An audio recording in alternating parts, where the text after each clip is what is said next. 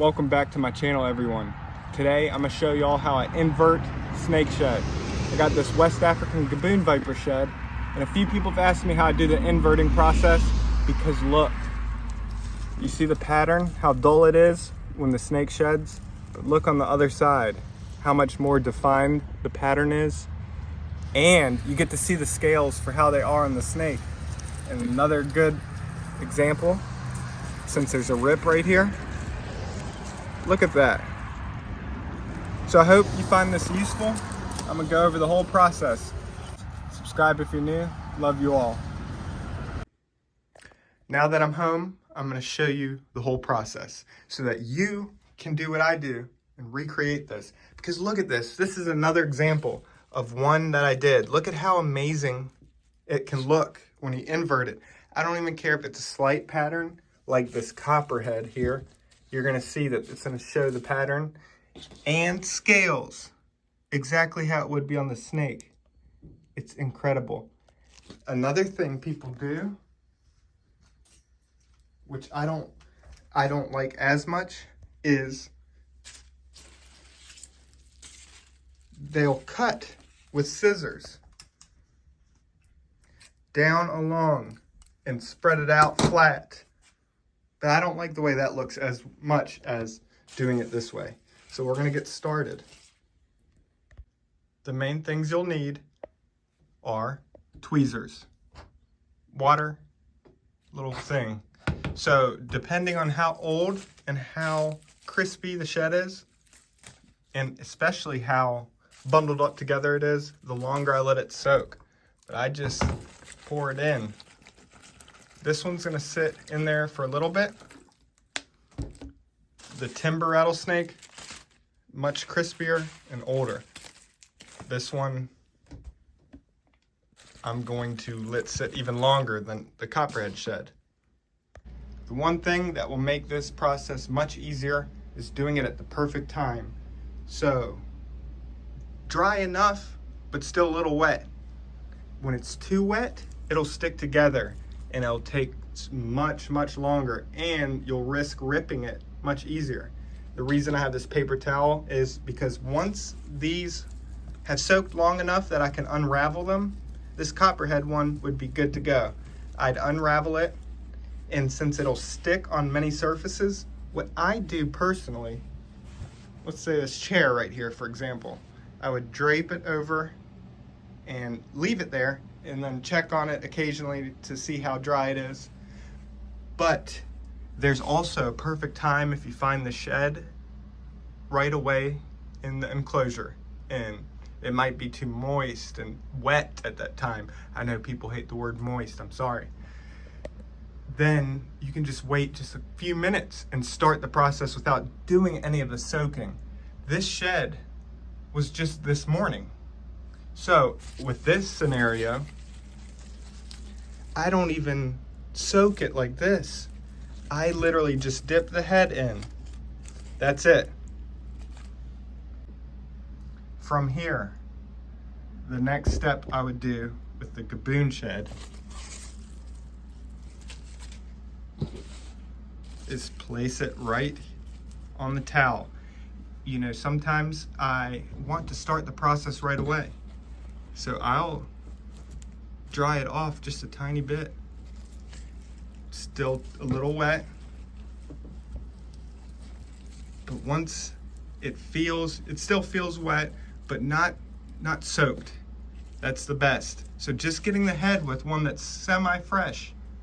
As you unravel it, it makes it wet all the way down, and you're able to do the whole thing just with getting the head wet.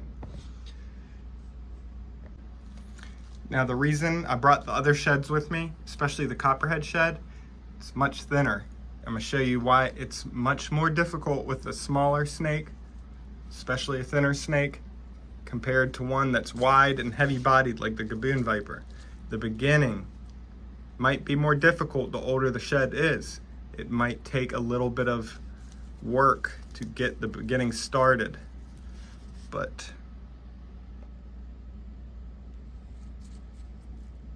the whole thing is about being patient And what I like is to have the belly scales bent. So kind of like this. It's pinched inside. And then gently work both sides.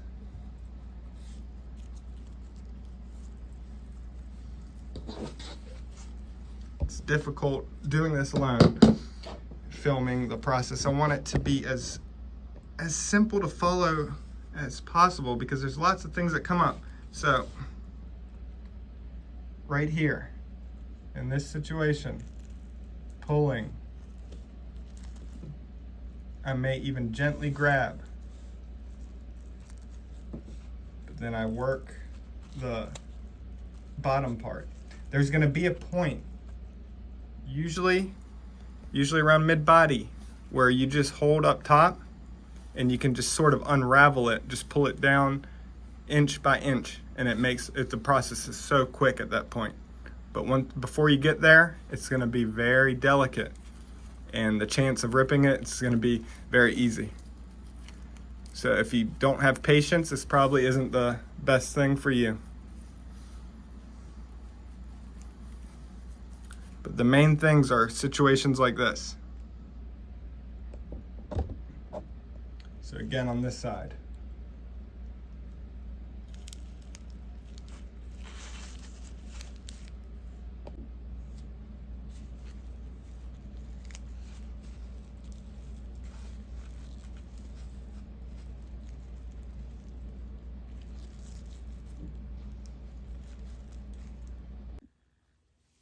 So doing it flat is not the way I do it. It's very difficult. I hold it up like this because you can easily work down from here. Situations like this. Let me turn the camera around again. You see how the top is kind of right here? I pinch. See how it's kind of folded over? I pinch and I pull apart very gently.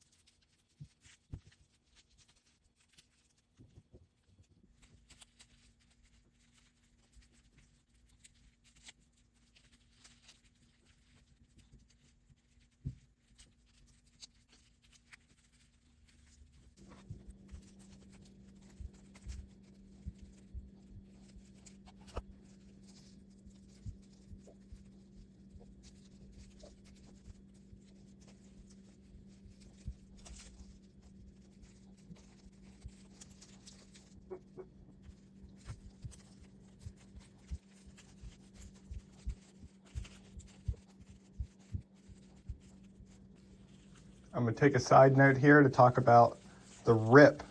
When there is a rip like this, it does make this part difficult. Got to be extra careful.